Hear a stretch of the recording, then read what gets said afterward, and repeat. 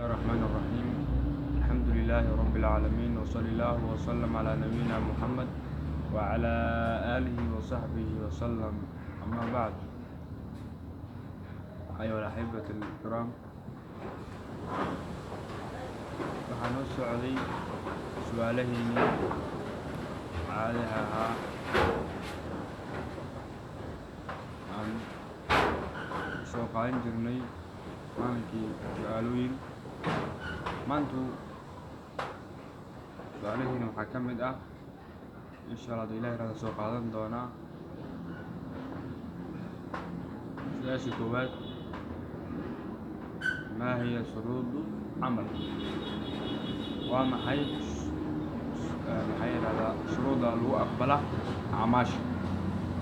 shuruudul camal, shardiyaasha camalka ka dhigaya saalix waa maxay? shuruuda camalka saalix ka dhigaya waa maxay? jawaabta kooban waxa weeyaan shuruuda saddex shardi bay leedahay. haddii saddexdaas shardi waa laga hela ama camalkaas laga hela, waxaa yidhahdaa camalkaas waa saalix. haddaan laga helin, camal faasid weeyaan. saddexda shardi waxaa weeyaan: midka koowaad aliimaanu billah, si kala daawanaya inaad tahay muumin. meesha waxaa ka baxay kaafirka. kaafir camal laga aqbalayo ma jirto,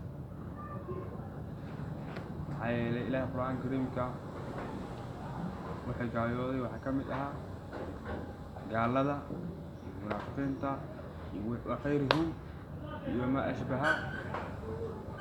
camalkooda waa faasid, kalimaad istadeedu ilaahay subxaana watacaala waa dambis la fadhiyey. acmaaluhum kalimaad istadeed, acmaashooda waxaa weeyaan dambis la fadhiyey, yacni waxay ku taalo malaha. meesha waxaa marka muumin mooye gaal laga aqbal maayo iyo munaafiq.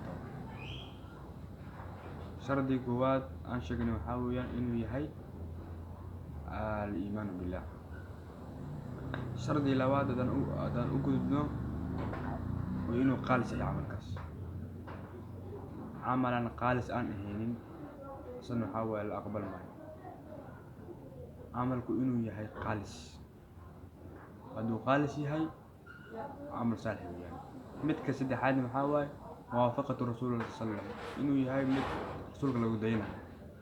midaan rasuulka lagu dayanaynin asna camal faasid weeyaan. marka saddexda shardi haddaan la imaano, camalka